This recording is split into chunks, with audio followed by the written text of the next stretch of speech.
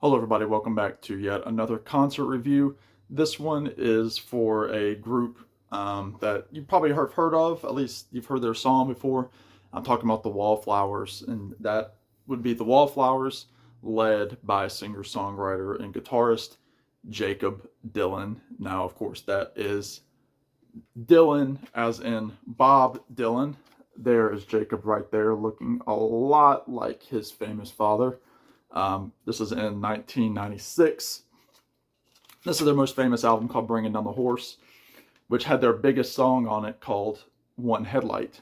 A lot of times they're roped into the one or two hit wonder category, but they had quite a few songs like The Difference, Three Marlenas, Sixth Avenue Heartache, all from this record. So if you like Heartland, just straight ahead rock and roll, get this album and then go from there with the Wallflowers. Incredible group. Currently, Jacob is the only original member. The rest of the guys are kind of session guys that have played with him since 2021 for the most part. But they are still touring under this album, which came out in 2021, called Exit Wounds on New West Records. It was their first album released in 9 years, and a fantastic album. Sonically, it sounds fantastic. Great songs on here like Rhythm, Roots and Wings, Maybe Your Heart's Not In It Anymore, Who's That Man Walking Around My Garden, The Dive Bar in My Heart, I Hear the Ocean When I Want to Hear Trains. Awesome, awesome, awesome record. But let me get to the show. So I saw the Wallflowers back in April of 2022, if you recall. I had a video up about them, and I posted a video of them doing The Waiting by Tom Petty, which was actually a fairly big video on my channel. And again, I love Bob Dylan, but Jacob is his own guy. He does not try to be his dad. He does not try to emulate his dad. He is Jacob Dylan, the artist. He's not Jacob Dylan, son of Bob Dylan.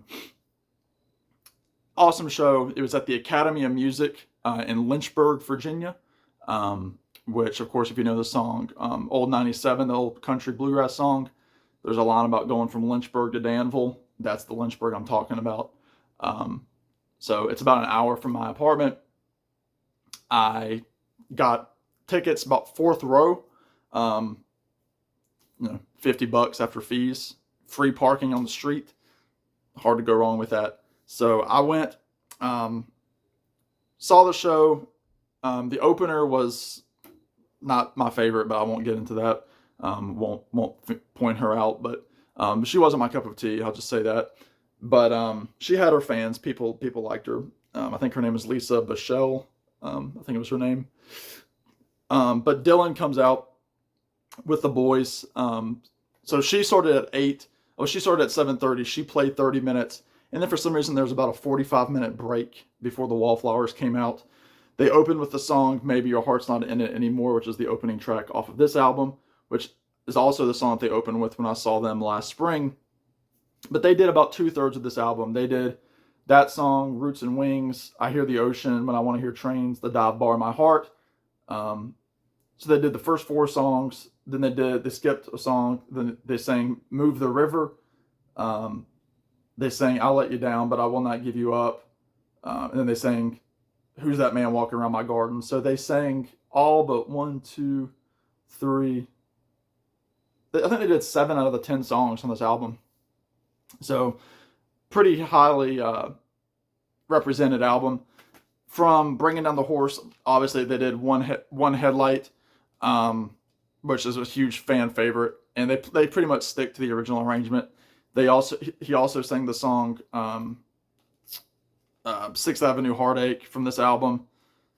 Just killer. They also did one of my favorite songs called Misfits and Lovers, which is a pretty rocking song. The band itself were tight as can be. They are just a top-notch group of guys. He had a lead guitarist who was killer. I wish I had all their names. Organ player playing the Hammond organ was awesome. The drummer was great. Bass player had some nice licks. He had a fella playing lap steel guitar, mandolin, and rhythm guitar. He was all over the place. The mandolin added so much. And I think with the exception of the bass player, it was the same lineup of guys that I saw last year which was outside. Again, this was inside. It was a sold out show. Interesting about the show, I've told some friends, it was probably the most middle-aged crowd that I've ever seen. There was not a wide range of people age-wise. Because like you'll go to a show for guys much older. I mean, you'll go to even like a Bob Dylan show. You'll go to a Bob Dylan show. You're going to see people that are teenagers still and hipsters. You're going to see your hippies. You're going to see, your working class people in their 40s and 50s, and you're going to see your retirees. Jacob's group, for the most part, was late 40s to early 60s. There were not a lot of people in their 20s, and I didn't see any kids there. I didn't see anybody under the age of 25, if I think about it, which was, again, interesting to me. I'm like, why am I the youngest one at this show, and the Wallflowers are not that old of a band? I thought that was very strange, but nevertheless, it was definitely probably a 90s crowd, so people that were teenagers or early 20s in the 90s, because like I said, the songs were getting big traction on the radio at that time. And fantastic show, probably a little bit better than the last time I saw them. Where I was sitting, I was kind of underneath the loge, so there was a little bit of muffling with the vocals. They didn't have Jacob's vocals too high up in the mix, which was a little disappointing, but it was still solid.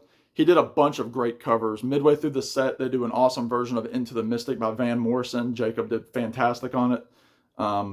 Then they played One Headlight, finished the set with another track. And what's always cool is when they'll finish the show, they'll always leave, like, they'll strum the last chord and leave feedback on the stage. Like, there's like this like rumbling on the stage, and the crowd's like clapping for the group to come back, and then they come back and they pick up the song and let the feedback disappear. So they come out, and and Jacob, for the whole show, doesn't have a hat on. He comes back out in this wide bill hat, and they start singing Wild World by Cat Stevens, straightforward, sing the whole song. The crowd's loving it. Then they rip into Tom Petty's Refugee, which I posted the full video on my channel. Check it out on the previous video. Awesome. Like I said, when I saw them last April, they did The Waiting in the encore, the Tom Petty song. So I'm like, oh, it's awesome. They're doing, Refugee. Then they jump right into American Girl. Just like that, bow, now, now. And Jacob just kills it. And like I said, to know that he has that connection with Tom Petty, being like his dad was in the Wilburys with Tom, and wrote a song like Jammin' Me with Tom Petty from Tom Petty's album Let Me Up, I've Had Enough. And then the Heartbreakers toured with Dylan in the late 80s. It's awesome to see the son, Jacob, carrying on that tradition. So they do, again, Wild World, Refugee, American Girl. The crowd is loving it. People have come down to the front at this point. And then they close with The Difference from Bringing Down the Horse, which was just raucous. It was just an awesome encore, one of the best encores that I've ever seen. Again, one of the only complaints that I had is that this venue's only been reopened for the last 5 years. They were closed for 60 years and reopened in 2018, and are nonprofit. So I don't think they had a lot of paid staff, and I didn't see really any security on the ground. So there were some people that were moving to the front 2 rows, which were obviously the premium seats, and people were kind of standing in front of people that had paid top dollar to be there. So that was a little frustrating for the people down in front. I would have been furious had I had people stand in front of me after paying, $70, $80 for the front row. So that was one thing. Otherwise, everything else was great. Again, at the end of the show, they walked out. Jacob was shaking hands with people in the front. He was posing for pictures on the stage for the people taking pictures on their phones. You could film anything. They didn't have any kind of policy like his dad does, where you can't, show your phone. And then I was able to make my way down to the front, hoping to get a set list. They were obviously not giving away set list. They were picking it up and taking them to the back. I don't know why they do that. They weren't laminated set lists. They were just pieces of paper. They weren't, like ones that they would reuse. But I'm guessing they don't want to let them go onto secondary markets for sale. But I did. One of the roadies came out and he's like, "Sorry guys, we can't give you any picks. I mean, we can't give you any set list, but we can give you picks." So he tossed me a pick, and there's the Wallflowers logo, and it says, "I got your back," which is their slogan. And then on the other side, it says, "You got your pick." So pretty cool. I think this was a played pick. I'm not sure, but either way, I was happy to get this. Me and about 2 other people in the front, he handed a pick to. So that was really cool. I'm glad I got that. So thank you to the Wallflowers team. If you watch this, I appreciate it. And thank you to the Academy of Music in Lynchburg. It's a great venue. I'll definitely go back if there's another artist there that strikes my fancy. So let me know what you think. Do you like the Wallflowers? Do you know Jacob Dylan? You know, if you can see the Wallflowers, they tour all the time. They are a no holds bar, pure rock and roll show. They're not rootsy, like, if you're like worried about like Americana, because I'm the Americana guy on YouTube, they're just a straight ahead rock and roll show like Tom Petty would be, or Springsteen, maybe a little Mellencamp. I mean, obviously with some Dylan influence too, but definitely more like the Tom Petty side of things. So if you like Tom Petty, check this album out. Actually, Mike Campbell plays on this album. They're awesome. So see the Wallflowers if you can. Tickets are pretty cheap. You can probably get a ticket for $30. Sitting toward the back, do it. They're awesome because they're going to sing covers that even if you don't know the Wallflower stuff, and their covers were awesome last night. So let me know what y'all think. Thank you to the Wallflowers. Thank you to the Academy of Music. Subscribe, all that good stuff. Let me know what you think. We'll talk to you in the next one. Be good, and see you next time.